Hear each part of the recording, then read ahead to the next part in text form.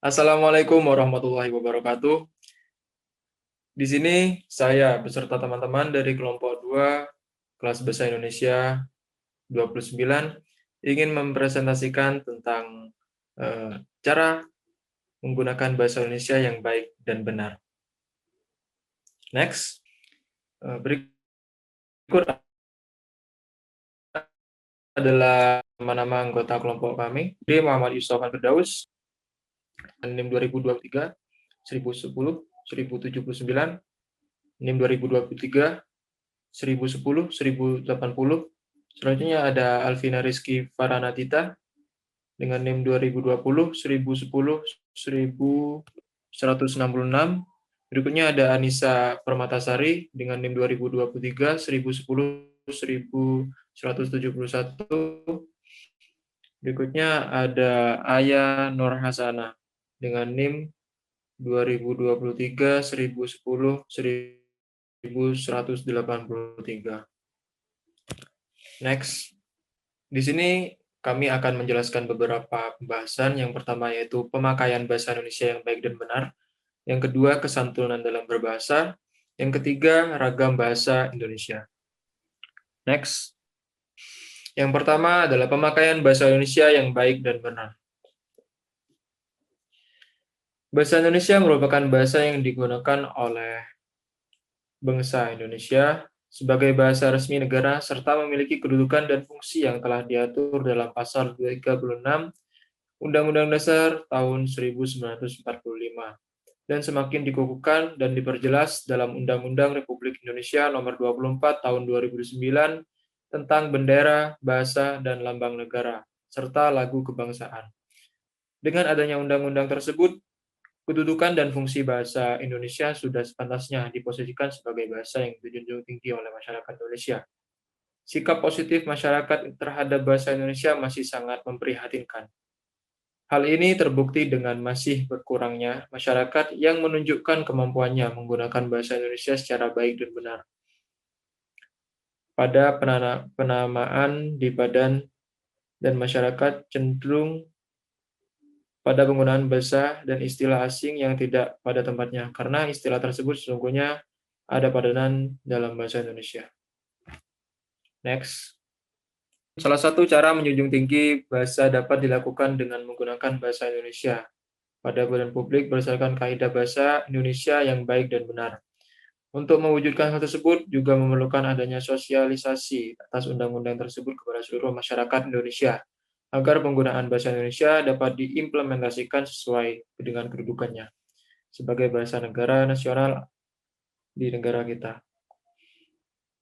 Selain itu, diperlukan usaha untuk menyelamatkan bahasa Indonesia dari gempuran bahasa asing agar bahasa Indonesia dapat menjadi tuan di negara sendiri.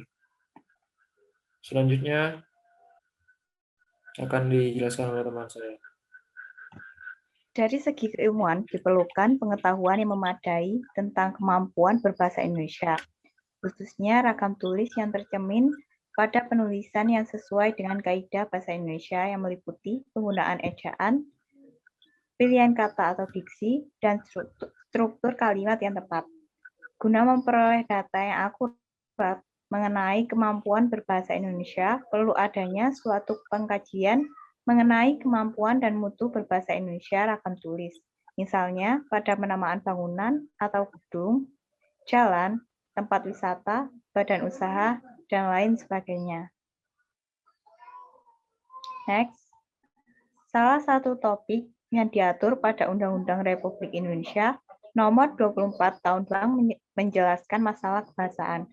Selanjutnya, Pasal 1 dalam Undang-Undang tersebut menjelaskan tentang definisi bahasa Indonesia atau bahasa resmi nasional, bahasa daerah atau bahasa yang digunakan secara turun-temurun di daerah di Indonesia, dan bahasa asing, bahasa selain bahasa Indonesia dan bahasa daerah.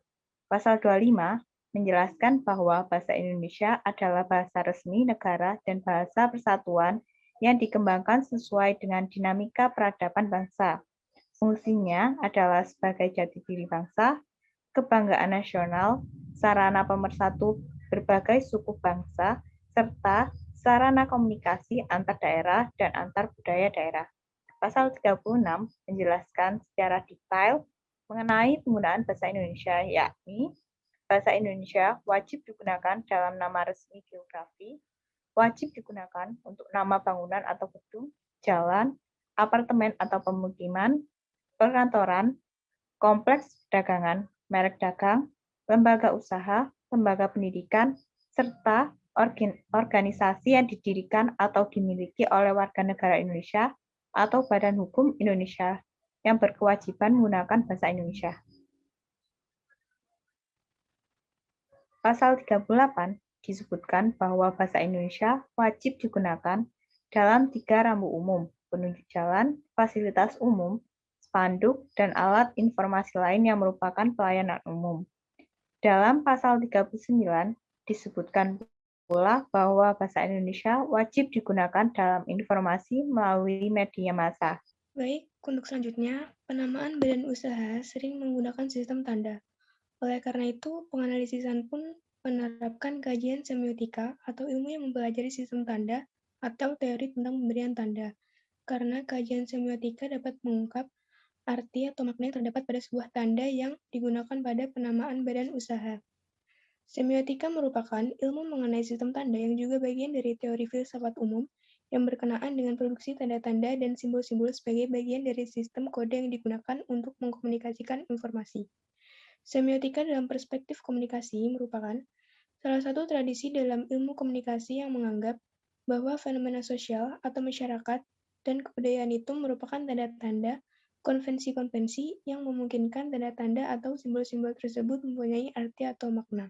Semiotika menurut Charles S. Peirce dalam Fisk 1990 dan Littlejohn 2009 berangkat dari 3 elemen utama yang disebut teori segitiga makna atau triangle of meaning yang terdiri atas 3 aspek penting, yakni yang pertama ada tanda merupakan konsep utama yang dijadikan sebagai bahan analisis yang di dalamnya terdapat makna sebagai bentuk interpretasi pesan yang dimaksud. Yang kedua, acuan tanda atau objek merupakan konteks sosial yang dalam implementasinya dijadikan sebagai aspek pemaknaan atau yang dirujuk oleh tanda tersebut. Dan yang terakhir, penggunaan tanda atau interpretan merupakan konsep pemikiran dari orang yang menggunakan tanda dan menurunkannya ke suatu makna tertentu atau makna yang ada di dalam benak seseorang tentang objek yang dirujuk sebuah tanda. Yang menjadi fokus dalam teori segitiga ini adalah bagaimana arti atau makna yang muncul dari sebuah tanda ketika tanda itu digunakan orang pada waktu berkomunikasi. Sehubungan dengan itu, indikator kemampuan menulis meliputi kemampuan menggunakan kosakata, kemampuan menyusun kalimat secara efektif dan efisien, dengan menerapkan kaidah penulisan menurut kaidah ejaan yang disempurnakan.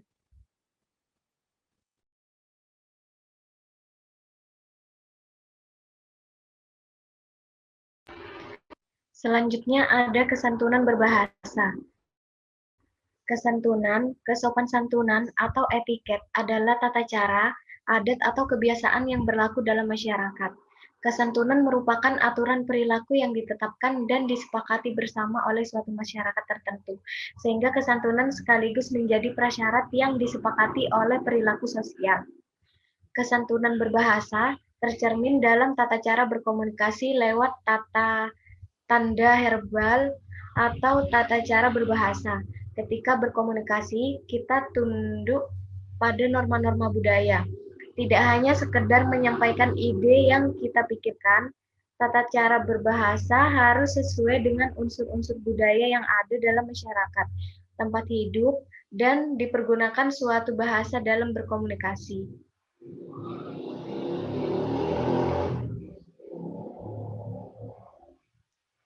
Pemakaian bahasa yang santun.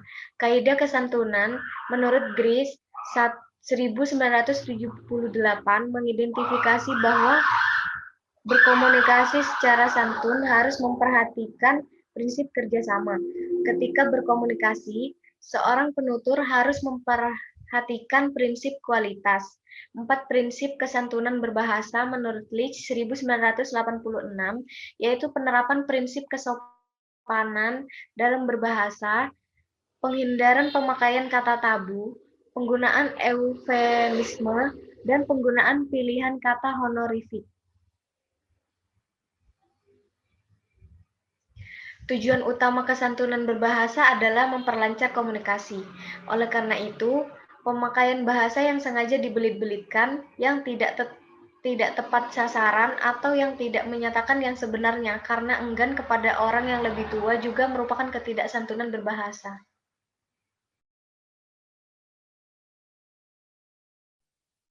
Baik, selanjutnya adalah faktor penyebab munculnya bahasa yang tidak santun.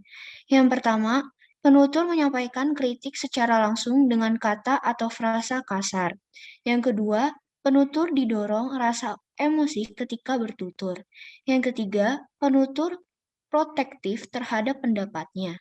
Yang keempat, penutur sengaja ingin memojokkan mitra tutur dalam bertutur. Yang kelima, penutur menyampaikan tuduhan atas dasar kecurigaan terhadap mitra tutur.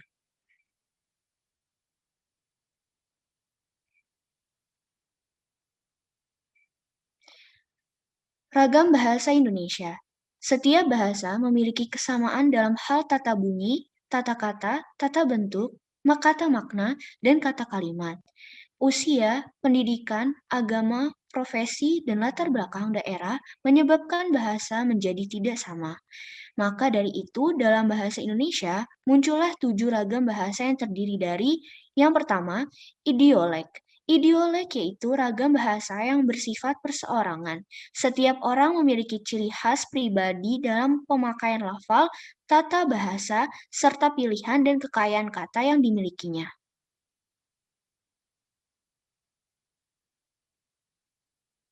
Yang kedua, dialek. Dialek yaitu ragam bahasa yang digunakan oleh sekelompok anggota masyarakat dari wilayah tertentu.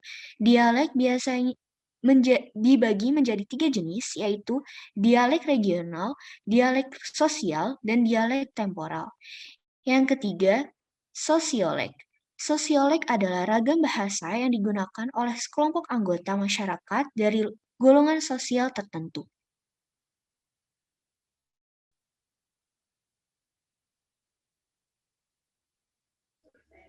Yang keempat yaitu ada fungsiolek. Fungsiolek sendiri yaitu ragam bahasa yang digunakan dalam kegiatan yang tertentu. Yang kelima yaitu bahasa baku. Bahasa baku yaitu ragam bahasa yang digunakan dalam situasi formal. Dalam ragam bahasa baku ini biasanya digunakan secara konsisten, baik dalam bidang fonologi, morfologi, sintaksis, ataupun kosakatanya.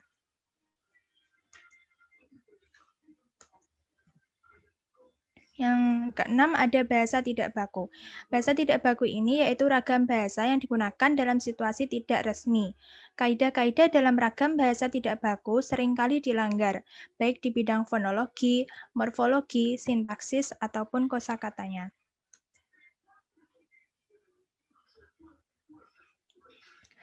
Yang terakhir yaitu bahasa lisan dan tulisan.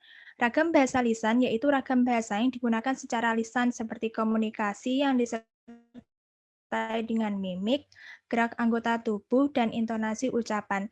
Jadi ragam bahasa lisan ini seperti kita berdialog dengan orang lain. Kita melakukan percakapan dengan orang lain.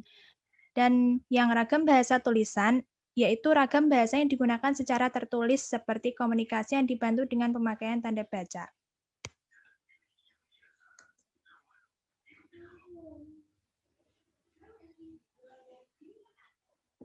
Baik, sekian presentasi dari kelompok 2.